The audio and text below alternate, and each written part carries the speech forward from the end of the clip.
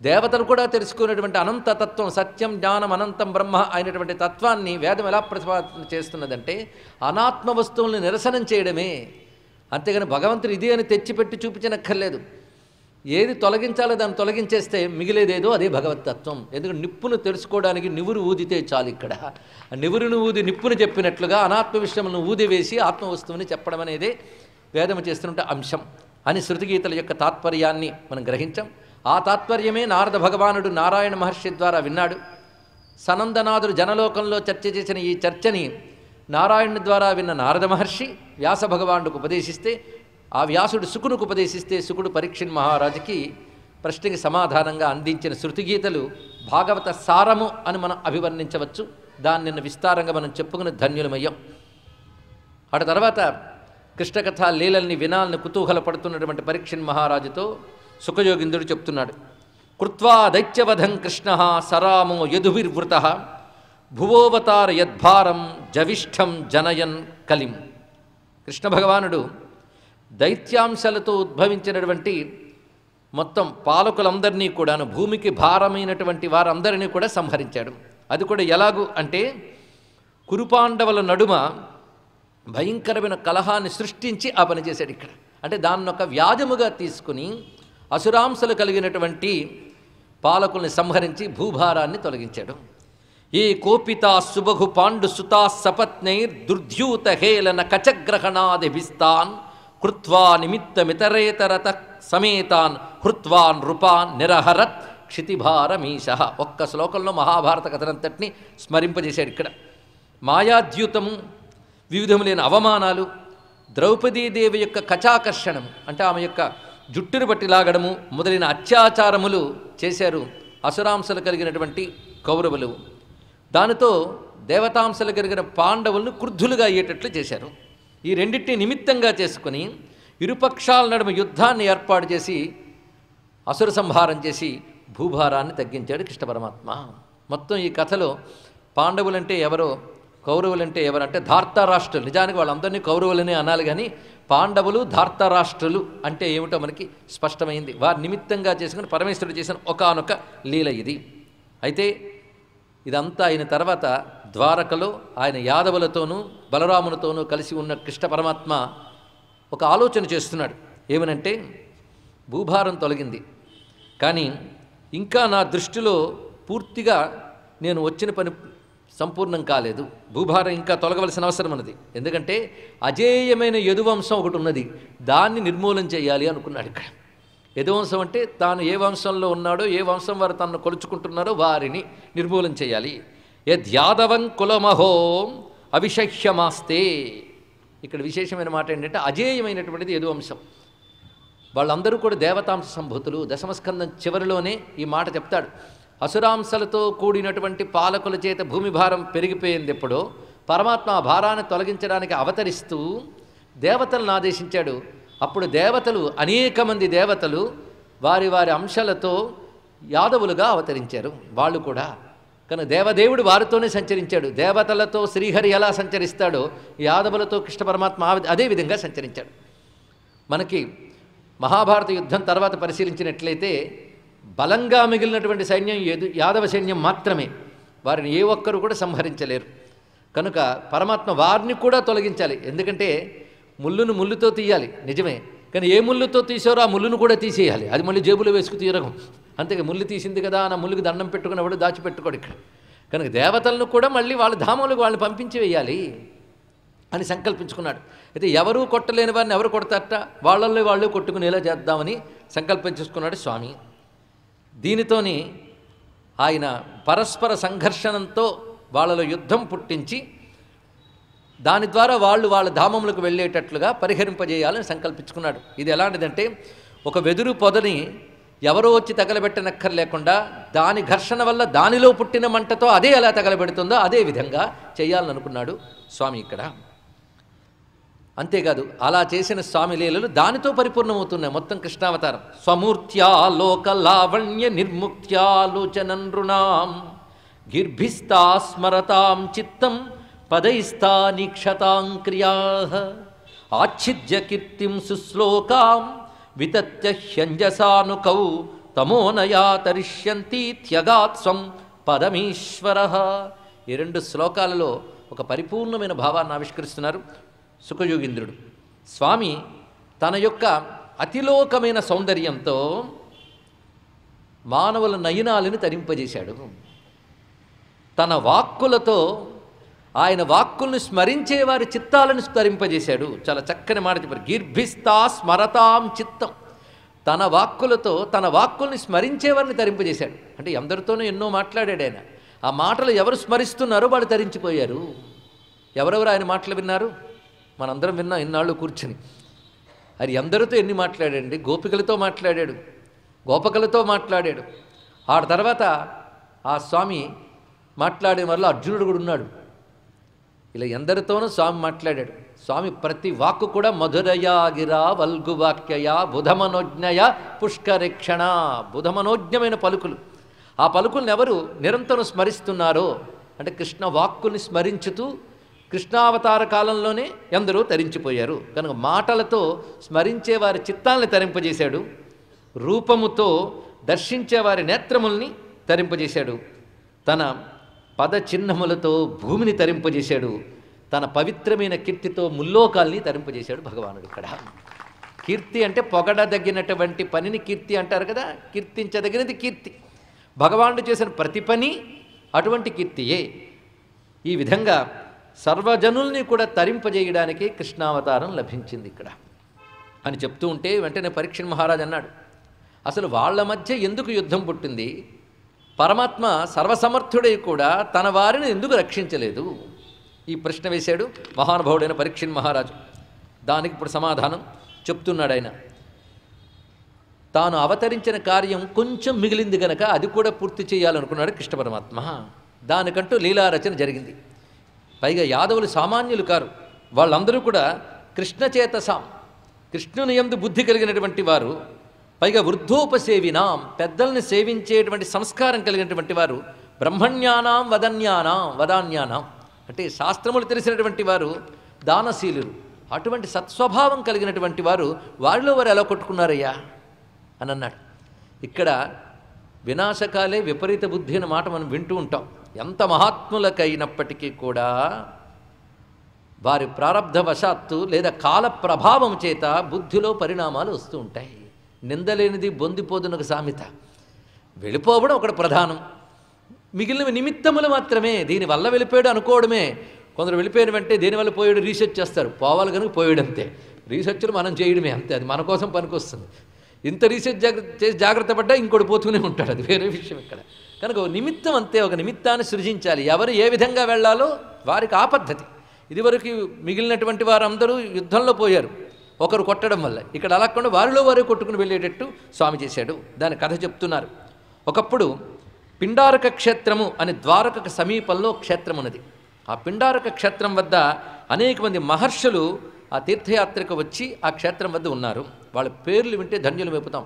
విశ్వామిత్రోసిత కణ్వో దుర్వాసా భృగురంగిరా కశ్యపో వామదేవోత్రిర్వశిష్ఠో నారదాదయ. ప్రాతస్మరణీయులైనటువంటి మహర్షుల పేర్లు విశ్వామిత్రుడు, అసితుడు, కణ్వుడు, దుర్వాసుడు, భృగువు, అంగిరసుడు, కశ్యపుడు, వామదేవుడు, అత్రి, వశిష్ఠుడు, నారదుడు మొదలైన మునులు పిండారకం సమగమన్ మునయో నిసృష్టా.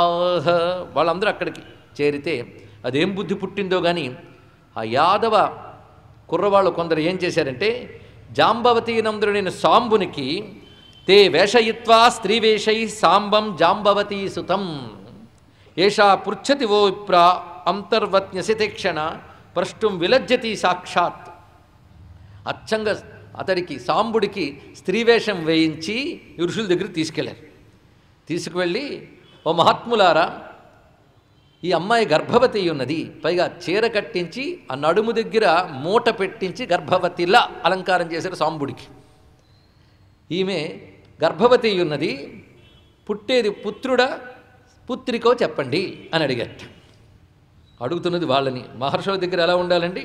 వెన్న కుపితులైన మునులు శపించారు. అందులో ఒకరు కాదు, అందరూ కలిపే శపించారు. అంటే మహర్షి సంకల్పం. ఇది తెలుసుకోవాల్సింది ఇక్కడ. ఇది వాళ్ళ వాక్ అమోఘం గనక ఆ విధంగా పనిచేసింది. తచ్చుత్వా తేతి ఏమని చెప్పారంటే జనయిష్యతి ఓ మంద ముసలం కులనాశనం, సమస్త కులాన్ని నశింపజేసేటువంటి ముసలం అంటే ఒక రోకలి పుడుతుంది అని శపించారు వాళ్ళందరూ. వెంటనే భయపడిపోయి చీర విప్పేటప్పటికల్లా సద్యోగర్భ ఫలంలాగా వచ్చిందండి ముసలం. అప్పటికప్పుడు నవమాసాలు మోయాల్సిన అవసరం లేకుండా మొత్తం చీర విప్పగానే బయటపడింది ముసలం, అది కూడా ఇనప ముసలం. అప్పుడు వాళ్ళు బాధపడ్డారు. ఎందుకంటే మహర్షుల దగ్గర మాట్లాడేటప్పుడు వాళ్ళ దగ్గర పరిహాసాలు హాస్యాలు చేస్తే ప్రమాదాలు చాలా ఉంటాయి. ఇక్కడ ఇంత మాత్రానికి వారు చెప్పించారు కనుక వారిని తప్పు అనకూడదు. వారు ముందు చేసిన అవినయ ప్రవర్తన కపటం దాని ఫలితం వాళ్ళు అనుభవించారు. ఇక్కడ వెంటనే వాళ్ళు దుఃఖితులై కులనాశనమైన ముసలం పుడుతుందన్నారు. చెప్పారు కానీ జరుగుతుందా అనడానికి లేదు, వెంటనే కనబడింది ఫలితం. అందుకు వాళ్ళు దాన్ని తీసుకువెళ్ళి రాజైన ఉగ్రసేనుడి ముందు పెట్టి సిగ్గుపడుతూ చేసిన తప్పును ఒప్పుకున్నారు. వెంటనే ఉగ్రసేనుడు ఏం చేశాడంటే తచ్చూర్ణయిత్వా ముసలం యదురాజస ఆహుక సముద్రశలిలే ప్రాస్యల్లోహంచాస్యావశేషితం. కృష్ణునికి చెప్పకుండానే అడగకుండానే ఒక ఆలోచన చేసేట్టు ఉగ్రసేనుడు. ఇది వచ్చింది ప్రమాదం. ఇందులో ఏ దశలోనైనా కృష్ణస్మరణ జరుగుంటే ఇంకో విధంగా ఉండేది. బాగుపడే యోగం ఉన్నప్పుడు కృష్ణస్మరణ జరుగుతుంది తెలుసుకోండి. ఇక్కడ అంత కష్టంలో కూడా కృష్ణస్మరణ చేయలేదు అంటే వాళ్ళకి ఆ యోగం లేకుండా చేసాడు స్వామి. ఆయనే వాళ్ళ మనస్సులోకి రాలేదు, వాళ్ళు వచ్చి అవకాశం కల్పించుకోలేదు, రెండూ కూడా. అందుకు ఆయనకి చెప్పకుండానే ఎప్పుడైతే ఆ సలహానిస్తున్నాడో, ఏమిటా సలహా ఇచ్చారంటే ఈ ముసలాన్ని మీరు పొడిగా చేసేసి దాన్ని సముద్ర జలంలో కలిపేయండి అన్నారు. వాళ్ళు ఎంత పొడిగా చేసిన ఒక చిన్న ముక్క మిగిలిపోయిందిట. ఏం చేయాలన్నారు? ముక్కతో సహా పడేయండి దానిలో అన్నారు. పడవేశారు. ఆ విధంగా మొత్తం అది సముద్ర జలాల్లోకి వెళ్ళిపోయింది అనుకున్నారు వాళ్ళందరూ. కానీ ముక్క ఏదైతే ఉందో అదొక చేప కడుపులోకి ప్రవేశించిందిట. ఒక చేపలు పట్టేటువంటి వారు ఆ చేపను పట్టినప్పుడు అందులో జర అనేటటువంటి ఒక జాలరెక్కి ఆ చేప దొరికింది. తీసి చూస్తే అందులో ఆ ములిక కనబడింది. చాలా పదునుగా బాగుంది, మంచి లోహంతో ఉన్నది అనుకుని ఇది దేన్నైనా ఒక జంతువుని వేటాడేటప్పుడు పనికొస్తుందని దాచిపెట్టుకున్నాడు మూలికని. ఇది జరిగినది. ఆ మిగిలినటువంటి పొడి అంతా కూడాను అక్కడ ఒక గడ్డిగా తుంగగడ్డిగా మొలిచింది. అంటే పదునైనటువంటి గడ్డిగా ఆ ఒడ్డున ఒకవైపు మొలిచింది మొత్తం కూడా. అంటే ఎలాంటి నిర్మాణం జరిగిందో చూడండి. కాలం యొక్క ప్రభావం ఇంత గట్టిది. మనం ఎన్నాళ్ళు జాగ్రత్తగా వింటే ఎక్కువ వివరణ దీనికి ఇవ్వక్కర్లేదు. కాలం పరమేశ్వరుని యొక్క స్వరూపం. దాని ప్రభావం ముందు ఏ ఒక్కరూ నిలబడలేరు. ఎవరి అహంకారాలైనా, ఎవరి సాధనలైనా, మేము సాధిస్తున్నామనే భావాలైనా కాలం ముందు తలవంచవలసిందే. కాలోస్మి లోకక్షయకృత్ ప్రబుద్ధ. అటువంటి కాలస్వరూపుడైన పరమాత్మ యొక్క సంకల్పం చేత ఇదంతా జరుగుతున్నది. ఇది ఇలా ఉంటూ ఉంటే మళ్ళీ యథాప్రకారం జరుగుతోంది రాజ్యపాలన ఇత్యాదులు. పరమాత్మకి తెలియదు అనుకున్నారు వీళ్ళందరూ. ఎందుకంటే మేము దగ్గరికి వెళ్ళి ఆ పని చేసామన్నా ఆయన 2 మందలించేవాడు. ఆయన మందలిస్తే పాపం పోతుంది, అదొకటి. మహాత్ములకు తిట్టు తిట్టారంటే చేసిన పాపం పోతుంది. వాళ్ళచే తిట్లు తినకుండా తప్పించుకునే ప్రయత్నం చేస్తే పాపం పెరుగుతూ పెరుగుతూ ఉంటుంది. ఇది తెలుసుకోవాలి. ఇక్కడ ఇన్ని రకాలుగా ఉంటాయి. మొత్తానికి ఈ సమయంలో వసుదేవుని వద్దకు నారద మహర్షి విచ్చేశారు. పైగా ఒకసారి అనేక మార్లు వస్తున్నారు. కానీ ఈ సందర్భానికి ఒక ప్రత్యేకం ఉన్నది. అసలు నారదుడు ఎక్కువ సమయం ద్వారకలోనే గడుపుతూ ఉన్నాడన్న విషయం చెప్పుకున్నాం కదా. దాని సుఖయోగిందుడు మరొకసారి గుర్తు చేస్తున్నాడు. గోవింద భుజ గుప్తాయాం ద్వారవత్యాం కురుద్వహ అవాత్సీ నారదో భీక్ష్ణం కృష్ణోపాసన లాలసహ. కొన్ని పదాలు, ఈ లాలస శబ్దాలు ఎన్నెన్ని ఉన్నాయి వెతకాలండి ఇందులో. కృష్ణ దర్శన లాలసహ అది కూడా చెప్పుకున్నాం. ఇప్పుడు కృష్ణోపాసన లాలసహ, కృష్ణుని ఉపాసించడం అనే లాలస కలిగినటువంటి వాడు నారదుడు. అందుకే నిరంతరం ఆయన ద్వారకు వస్తూనే ఉన్నాడు. ఒకసారి వసుదేవుడున్న చోటుకొచ్చాడు. ఆ సమయంలో వసుదేవుడు ఏకాంతంలో కూర్చొని ధ్యానం చేసుకుంటున్నాడు. వెంటనే ఆయన వచ్చాడు. ఎప్పుడో పాదములు కడిగి సేవ చేసి వసుదేవుడు అడుగుతున్నాడు, పరమాత్మ కృష్ణుడని నాకు తెలుసు, కానీ గత జన్మల వాసన ఏమిటో కానీ ఆయన్ని పుత్రభావంతోనే చూస్తున్నాను తప్ప బ్రహ్మమని తెలిసి కూడా బ్రహ్మభావన నిలబడట్లేదు నాకు. ఇది ఒక చిన్న రహస్యమైన అంశం అండి. ఇవన్నీ కూడా అహంకిల పురాణంతం ప్రదార్థో భూముక్తిదం అపూజయన్న మోక్షాయ మోహితో దేవమాయయా. మాయ చాలా గట్టిది. పరమాత్మ ముక్తినిచ్చేవాడు. ముక్తి దొరికే వరకు శాంతి లేదు. కనుక శాంతి అయిన ముక్తినిచ్చేటువంటి ముకుందుని సాక్షాత్కరింపజేసుకుని కూడా మాయచే మోహితున్నై పుత్రుడిగా కమ్మని అడిగానే తప్ప ముక్తి నిమ్మని అడగలేదు నేను. కనుకని ఇప్పుడు నిన్ను అడుగుతున్నాను, మోక్షం కావాలంటే ఏం చేయాలి, ఎటువంటి సాధన చేయాలి అని అడిగాడు. అప్పుడు నారదుడు బోధ చేయడం మొదలుపెట్టాడు. ఇదంతా కలిపితే ఒక గీత అవుతుంది. కానీ క్లుప్తంగా మనం ఇంతవరకు చెప్పుకున్న అంశముల యొక్క సారమే ఇక్కడ కూడా ప్రస్తావన చేయబడుతోంది గనక మనం జాగ్రత్తగా విన్నట్లయితే పొరుంజనోపాఖ్యానానికి ముందు ఒక వృత్తాంతాన్ని మనం చెప్పుకున్నాం, ప్రాచీన బర్హి వృత్తాంతం. అదే సమయంలో భరతుడి యొక్క వృత్తాంతం కూడా ప్రస్తావన చేసుకున్న జడభరతుడు. జడభరతుడి తండ్రి పేరు గుర్తుందా? ఋషభదేవుడు. ఆ ఋషభదేవుడి యొక్క ప్రథమ పుత్రుడు జడభరతుడు. ఇంకా ఆయనకి సంతానం చాలామంది ఉన్నారు అని చెప్పుకున్నాం. అందులో కొంతమంది రాజ్యపాలన చేశారు, కానీ ఒక 9 మంది మాత్రం పూర్తిగా అవధూతలైపోయారు. మరి ఋషభేశ్వరుడు ఎటువంటి మహానుభావుడు అండి, అందుకే ఆయన పుత్రుల్లో వీరు అటువంటి లక్షణం. జడభరతుడు ఏం తక్కువ, 3 జన్మల్లో ముక్తి పొందినటువంటి వాడు. 3 జన్మల ప్రారంధం అనుభవించి ముక్తిని పొందాడు. ఆ విశేషం అంతా ఒక్కసారి స్మరణకు తెచ్చుకోవాలి. కొంతమంది అవధూతలు వెళ్ళిపోయారు అన్న విషయం కూడా అప్పుడు చెప్పుకున్నాం. వాళ్ళ పేర్లు ఒక్కసారి చెప్పుకుంటే ఆ కవి ఇవి అప్పుడు కూడా ఒకసారి స్మరించడం జరిగినది, మరొకసారి స్మరించుకుందాం. కవి, హవి, అంతరిక్షుడు, ప్రబుద్ధుడు, పిప్పలాయనుడు, ఆవిర్హోత్రుడు, ద్రుమిలుడు, చమసుడు, కరభాజనుడు, వీళ్ళని నవయోగులు అని అంటారు. ఇక్కడ ఈ నవయోగుల విషయం నారదుల వారు ఇక్కడ ప్రస్తావన చేశారు. ఈ నవయోగులు ఒకప్పుడు మిథిలా నగరానికి వెళ్ళి బ్రహ్మజ్ఞానాన్ని బోధించారు జనకునికి. అప్పుడు జనకుడు ఎవడయ్యా అంటే నిమిచక్రవర్తి. అప్పటి జనకుడు అంటే రామునికి కూడా పూర్వీకుడు అయినటువంటి వాడు, ప్రథమ చక్రవర్తుల్లో ఒకడు. ఆ నిమిచక్రవర్తికి వీరు తత్వజ్ఞానాన్ని ఉపదేశించారు 9 మంది. ఆ 9 మంది చెప్పిన తత్వ ఉపదేశాన్ని నీకు చెప్తున్నాను నాయన అంటూ నారదుల వారు ఇక్కడ వసుదేవునికి అత్యద్భుతమైన బ్రహ్మజ్ఞానాన్ని బోధిస్తాడు ఇందులో విశేషించి. అయితే ఇవి కానీ జాగ్రత్తగా తెలుసుకుంటే ఒక్కొక్కడు చెప్పినట్టు కనబడుతుంది, కానీ అందరూ కలిపిన హృదయం ఏమిటి అంటే బ్రహ్మమును భక్తితో పట్టుకున్నవాడే బ్రహ్మమేంటో తెలుసుకుని ఆ జ్ఞానంతో తరిస్తాడు. ఇది సారాంశమైనటువంటి అంశం. ఇందులో అనేక రకాల అద్భుతమైన విషయములు ప్రస్తావన చేయబడుతుంటాయి. మనం సాధారణంగా చెప్పుకునే కాయేన వాచా మనసేంద్రియర్వా బుద్ధ్యాత్మనావా ప్రకృతే స్వభావాత్ కరోమి యద్యత్ సకలం పరస్మై నారాయణాయేతి సమర్పయామి అంటాం. దీన్ని కొంచెం మార్పుతో అదే శ్లోకం ఇక్కడ మొదట కవి అనేవాడు చెప్తున్నాడు. కరోతి యజ్జత్ సకలం పరస్మై నారాయణాయేతి సమర్పయే తత్. ఇదేనండి భక్తి అంటే. ప్రతి వాళ్ళని చదువుతుంటాం, వచ్చేది బాధ ఏంటంటే మనకు అన్ని శ్లోకాలు వచ్చు, స్పృహ ఉండదు. అదొక్కటే. శ్లోకాలను స్పృహతో చేయగలిగితే దానికి మించిన సాధన లేదు. నువ్వేం చేస్తున్నావో దాని మీద మనస్సు పెడితే అదే ముక్తి, ఇంకేం లేదండి. అది మనకి లేదు. ఇందులో చెప్తున్నది కాయేన వాచా మనసేంద్రియైర్వా. శ్లోకాలు నేను కూడా చూడకుండా చెప్పగలనండి, కావాలి వాట్సాప్లు కూడా పంపగలను.